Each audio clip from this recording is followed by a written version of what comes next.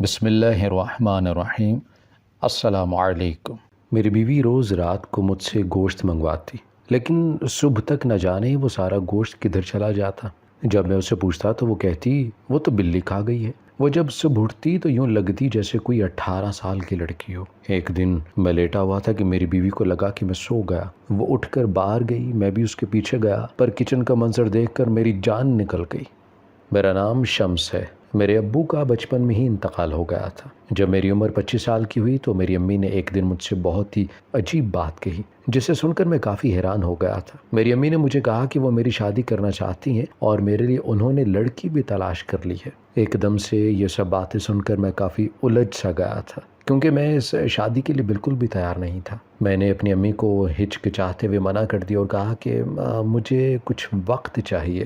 امی پہلے تو افسردہ ہو گئی، مگر پھر امی نے میری بات مان لی۔ میں بہت حیران تھا کہ امی نے مجھے لڑکی کے بارے میں بتایا بھی نہیں تھا اور صرف یہی کہا تھا کہ جو بھی لڑکی ہے وہ تمہیں بہت پسند آئے گی۔ میں سارا دن اسی بارے میں سوچتا رہا کہ رات ہو گئی۔ رات کو میں اپنے کمرے میں لیٹا ہوا تھا کہ میری چھوٹی بہن بھاگتی ہوئی اندر آئی۔ اس کا سانس پھولا ہوا تھا۔ اس کی یہ حالت دیکھ کر میں گھبرا گیا اور پوچھا کہ گڑیا کیا ہوا ہے؟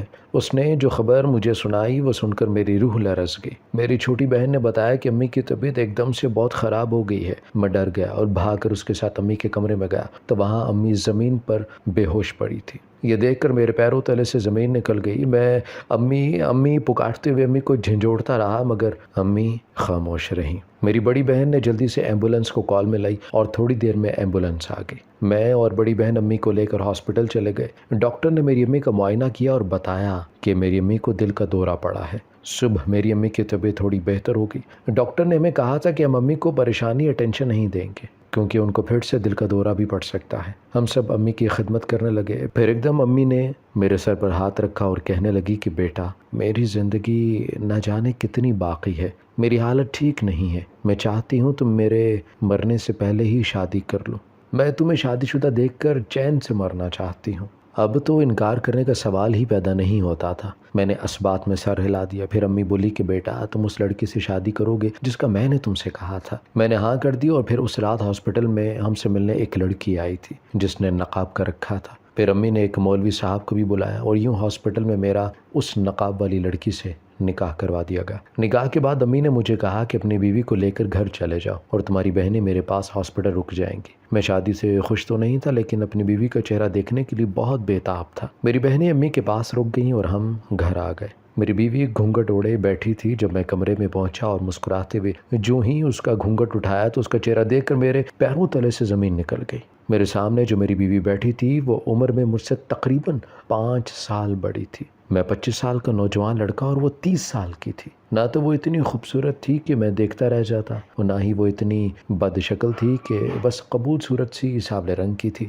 یہ سب دیکھ کر میں گھبرا گیا اور فوراً کمرے سے باہر چلا گیا۔ ساری رات میں گھر سے باہر رہا اور یہی سوچتا رہا کہ میری ماں نے میرے ساتھ ایسا کیوں کیا، اتنی عام سی لڑکی سے میری شادی کروا دی۔ 2 دن بعد میری ماں ہاسپٹل سے گھر آئی۔ امی کی طبیعت خراب تھی اور اسی لیے میں نے امی سے کسی قسم کا کوئی شکوہ نہیں کیا اور گھر آ گیا اور اپنی بیوی کے ساتھ ایسے ہی رہنے لگا جیسے عام میاں بیوی رہا کرتے ہیں۔ میری بیوی مجھے پسند تو نہیں تھی، مگر وہ بہت ہی اچھی تھی۔ کچھ ہی دن میں اس نے اپنے سلیقہ شعاری اور عاجزی سے میرا دل جیتنا شروع کر دیا تھا۔ وہ میرے لیے وقت پر کھانا لاتی، میں گھر آتا تو پانی پلاتی، میرے کپڑے وقت پر دھوتی اور استری کر دیا کرتی، سارے گھر کے کام باقاعدگی سے کیا کرتی، میری ماں اور میری بہنوں کا بھی خیال رکھتی۔ مجھے اب آہستہ آہستہ میری بیوی تھوڑی اچھی لگنے لگ گئی تھی۔ مجھے اس بات کا غصہ تھا کہ وہ مجھ سے 5 سال بڑی ہے۔ میں نے کبھی اسے بیوی کی نگاہ سے نہیں دیکھا تھا، مگر وہ جس طرح میرا خیال رکھتی مجھے اچھی لگتی۔ میں شروع میں تو اس سے غصے میں بات چیت کیا کرتا اور ہر وقت ڈانٹتا رہتا، مگر پھر میرے لہجے میں آہستہ آہستہ بہتری آنے لگی اور یوں ہماری شادی کو 2 ماہ گزر گئے۔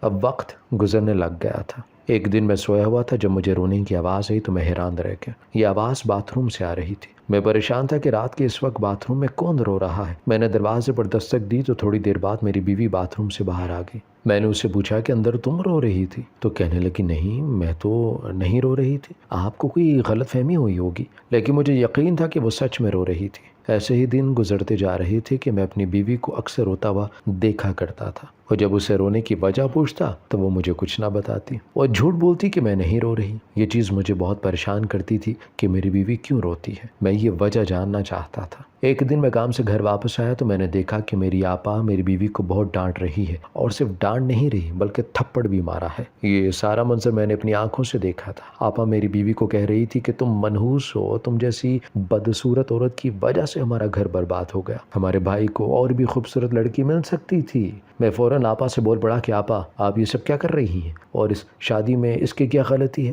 پھر میں ہاتھ پکڑ کر اپنی بیوی کو کمرے میں لے آیا۔ اب ایسا اکثر ہونے لگا تھا۔ میری بہنیں میری بیوی کو اکثر ڈانٹا کرتی اور پھر مجھے علم ہوا کہ میری بیوی کیوں روتی ہے۔ مجھے اپنی بیوی سے بہت ہمدردی ہونے لگی تھی۔ میں اکثر اپنی بہنوں سے اپنی بیوی کے لیے لڑ پڑتا۔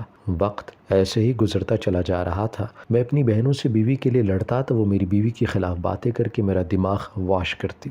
میری بہنیں میری بیوی کی ایسی برائیاں کرتی کہ مجھے اپنی بیوی پر غصہ آنے لگتا۔ مجھے نہیں پتا تھا کہ میری بہنیں سچ کہتی ہیں یا جھوٹ، لیکن مجھے ان پر یقین تھا۔ اب میری ماں نے بھی میری بیوی کے خلاف مجھے اکسانا شروع کر دیا۔ جب ماں نے میری بیوی کی برائی کی تو مجھے یقین ہو گیا کہ کھوٹ میری بیوی کے اندر ہی ہے۔ اس رات میں نے اپنی بیوی کو بہت ڈانٹا۔ مجھے دکھ تو ہوا تھا مگر کیا کرتا، ماں نے شکایت کی تھی۔ وہ چپ چاپ بیٹھی میری ڈانٹ سہتی رہی۔ وقت گزرتا جا رہا تھا اور میری بیوی کے خلاف میری بہنوں کی شکایتیں بڑھنے لگیں۔ میں بھی اب اپنی بیوی سے تنگ آ گیا تھا۔ میں اب اس سے کم ہی بات چیت کیا کرتا۔ وہ میرے لیے کھانا لاتی تو میں جان بوجھ کر کھانے میں سے کوئی نہ کوئی کمی نکال کر اسے ڈانٹ دیتا۔ کوئی بھی کام کرتی تو میں اسے فضول میں غصے سے ڈانٹ دیا کرتا۔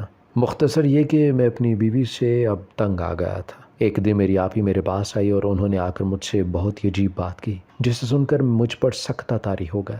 آپی نے کہا کہ تم اپنی بیوی کو طلاق دے دو۔ یہ سن کر میرے ذہن محوف ہو گیا تھا۔ میں نے آپی سے کہا کہ میں ایسا کیسے کر سکتا ہوں؟ آپی نے مجھے کہا کہ وہ امی کو منا لیں گی اور میری شادی اپنی سہیلی سے کر دیں گے۔ میں پہلے تو نہیں مانا مگر 3 دن بعد آپی نے مجھے کہا کہ انہوں نے امی کو بھی منا لیا ہے۔ اب میں راضی تو ہو گیا تھا مگر یوں ہی طلاق کیسے دے سکتا تھا۔ پھر ایک دن میری بیوی میرے لیے کھانا پکا کر لائی۔ کھانے میں نمک تھوڑا زیادہ تھا۔ میں نے سوچ رکھا تھا کہ آج نمک زیادہ ہونے کا بہانہ بنا کر اپنی بیوی کو ڈانٹوں گا اور طلاق دے دوں گا۔ میں نے اسے ڈانٹنا شروع کر دیا، لیکن جو ہی میں اسے طلاق دینے لگا ہمارے ہمسائے میری بیوی کے رونے اور چیخنے کی آوازیں سن کر وہاں آ گئے۔ انہوں نے پولیس کو بھی بلا لیا تھا۔ یوں میں اپنی بیوی کو طلاق دینے سے رک گیا۔ مجھے تھانے لے جایا گیا۔ پھر معاملے کو پولیس نے سلجھا دیا اور میری بیوی نے بھی مجھ سے معافی مانگی، حالانکہ اس کی غلطی تو نہیں تھی۔ اس دن کے بعد میری بیوی مکمل بدل سے گئی تھی۔ اب وہ کچھ نہ بولتی تھی، ہر وقت چپ رہتی، بس رات ہوتی تو مجھ سے گوشت منگواتی، اس کے علاوہ کھانے میں کچھ نہیں منگواتی۔ میں حیرت میں اسے کچا گوشت لا کر دے بھی دیا کرتا۔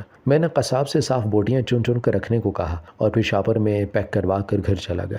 میری بیوی دہلیز کے باہر کھڑی میرا انتظار کر رہی تھی۔ مجھے دیکھتے ہی اس کی آنکھیں چمک اٹھیں اور اس نے مجھ سے گوشت کا شاپر وصول کر لیا۔ میں حیران تھا کہ میری بیوی اس گوشت کا رات کو کیا کرتی ہے۔ میں نے صبح سے یہ جاننے کا فیصلہ کر لیا۔ اگلے روز ناشتہ کرتے ہوئے میری بیوی نے مجھے کہا کہ رات کو میرے لیے پھر سے گوشت لے آنا۔ یہ سن کر میں گھبرا گیا اور کہا کہ تم روز اتنا گوشت منگواتی ہو، اس کا کرتی کیا ہو؟ میں نے تھوڑا غصے میں کہا تھا، اس لیے وہ سہم گئی اور کہنے لگی کہ رات کو گوشت بلی کھا گئی تھی اور اسی وجہ سے آج دوبارہ گوشت منگوا رہی ہوں۔ میں نے اس کی بات مان لی اور پھر کام پر چلا گیا۔ اگلے روز میں دوبارہ اپنی بیوی کے لیے گوشت لے کر آیا اور اسے اپنے ہاتھوں سے اس کو تھما دیا اور اپنے کمرے میں آ گیا۔ لیکن حیرت کا جھٹکا مجھے تب لگا جب اگلے دن میری بیوی نے پھر مجھ سے یہ کہا کہ پلیز آج بھی رات کو مجھے گوشت لا دیے گا۔ میں نے پھر سے پوچھا کہ جو گوشت کل لا کر دیا تھا وہ تو پکا ہی نہیں، تو کہنے لگی کہ بلی کھا گئی۔ میں بھی بہت حیران تھا کہ پچھلے کچھ دنوں میں بلی اتنا گوشت کیسے کھا سکتی ہے۔ جتنا گوشت میں لاتا تھا اتنا تو ایک انسان بھی ساری رات کھاتا رہے تو نہ کھا سکے، پھر بلی نے کیسے کھا لیا؟ یہ بات مجھے بہت پریشان کرنے لگی۔ میں جاننا چاہتا تھا کہ یہ گوشت جاتا کہاں ہے۔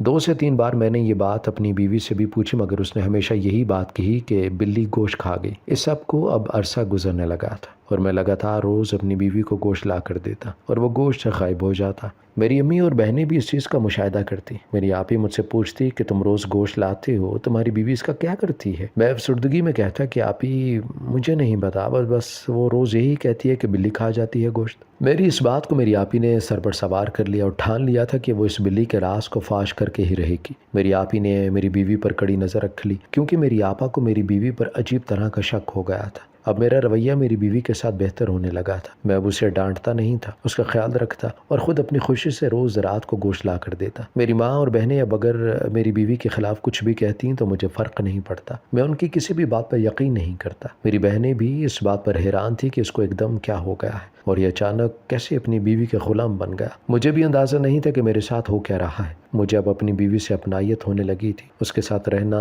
وقت گزارنا مجھے اچھا لگنے لگا تھا۔ ایسے ہی ایک اور مہینہ بیت گیا۔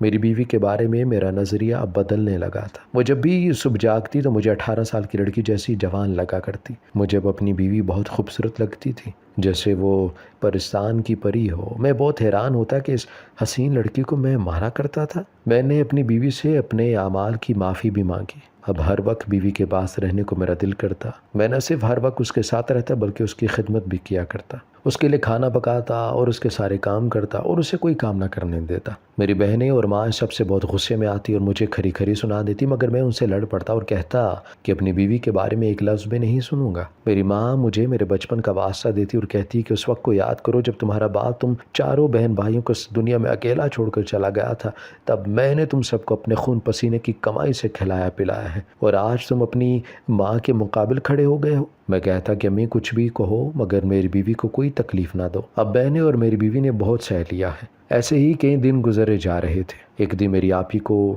اس گوشت کا راز پتہ چل گیا تھا اور میری غیر موجودگی میں میری بیوی کو ڈانٹنا شروع کر دیا اور ڈانٹتے ہوئے میری بیوی پر ہاتھ بھی اٹھا دیا۔ میں جب وہاں پہنچا تو میری آپی نے مجھے وہ راز بتا کر قائل کرنے کی کوشش کی، مگر دیکھ کر میرا پارا ہائی ہو گیا اور میں نے غصے میں اپنی بہن کو گھر سے دھکے دے کر نکال دیا۔ آپی چیختی رہی اور چلاتی رہی مگر میں نے آپی کی ایک بھی نہ سنی۔ میری چھوٹی بہنیں اور ماں بھی مجھے روکتی رہی مگر میں نے کہا کہ تم میں سے اگر کسی کو جانا ہے تو تم لوگ بھی چلے جاؤ۔ میری ماں پہلے ہی بیمار تھی، اس سب کو دیکھ کر بستر کو لگ گئی۔ میری چھوٹی بہنیں چپ کر کے اب سارا دن گزار دیا کرتی، کسی سے کوئی بات نہ کرتی۔ ماں تو ادھموئی ہو کر چارپائی پر پڑی تھی اور میں اپنی بیوی کی خدمت میں مصروف رہتا، سارا دن اس کا خیال رکھتا اور رات کو اس کے لیے گوشت لے کر آتا۔ میں تھوڑا حیران تھا کہ روز رات کو بلی گوشت کیسے کھا لیتی ہے، مگر پھر نہ جانے یہ بات خود بخود میرے ذہن سے نکل جاتی اور مجھے یاد نہ رہتی۔ اب مجھے دن ہو یا رات اس سے کوئی فرق نہیں پڑتا، مجھے صرف اپنی بیوی سے فرق پڑتا تھا۔ میں ہر وقت اس کے ساتھ رہنا چاہتا تھا، اس کے ساتھ کے سوا مجھے اس دنیا میں کچھ بھی پسند نہیں تھا۔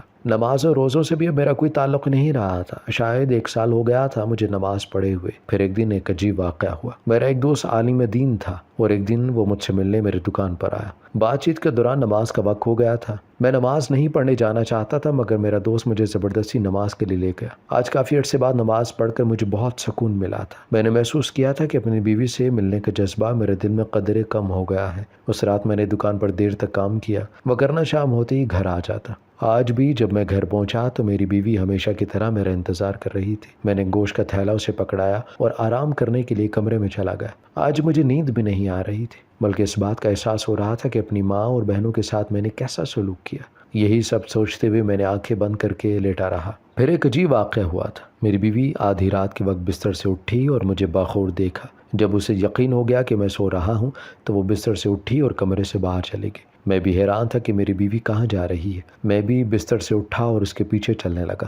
وہ کمرے سے نکلی اور پھر باورچی خانے میں چلے گئی۔ میں دھیرے دھیرے قدم اٹھاتا وہ اس کے پیچھے چلا جا رہا تھا۔ وہ باورچی خانے میں گئی اور دروازہ اندر سے بند کر لیا۔ میں باہر کھڑا ہوا چھپ چھپ کر اندر دیکھنے لگا۔ جب میں نے اندر کا منظر دیکھا تو میرے پیروں تلے سے زمین نکل گئی۔ اندر میری بیوی نے دیو کا ایک حصار بنا رکھا تھا اور اس حصار کے درمیان بیٹھ کر عجیب و غریب ورد کر رہی تھی اور ساتھ ساتھ کچا گوشت جلا رہی تھی۔ وہ اتنی تیز رفتاری سے جھومتے ہوئے کچے گوشت پر کچھ پڑ رہی تھی کہ ایک عام انسان اس کا تصور بھی نہیں کر سکتا تھا۔ مجھے یہ سب دیکھ کر کراہت محسوس ہو رہی تھی، مجھے خوف بھی آ رہا تھا۔ میں جلدی سے وہاں سے چلا گیا اور اپنے کمرے میں جا کر سو گیا۔ صبح جب اٹھا تو اٹھ کر فجر کی نماز پڑھی اور سچے دل سے اللہ سے معافی مانگی اور پوچھا کہ یا اللہ یہ کیا معاملہ ہے، میری مدد فرما۔ نماز کے بعد میں اپنے دوست عالم دین کے پاس گیا اور اسے جا کر سارا مسئلہ بیان کیا۔ میرے دوست نے میری ساری بات سنی اور پھر جو بات اس نے مجھے بتائی وہ سن کر میرے پیروں تلے سے زمین نکل گئی۔ میرے دوست نے مجھے بتایا کہ میری بیوی کالا جادو کرتی ہے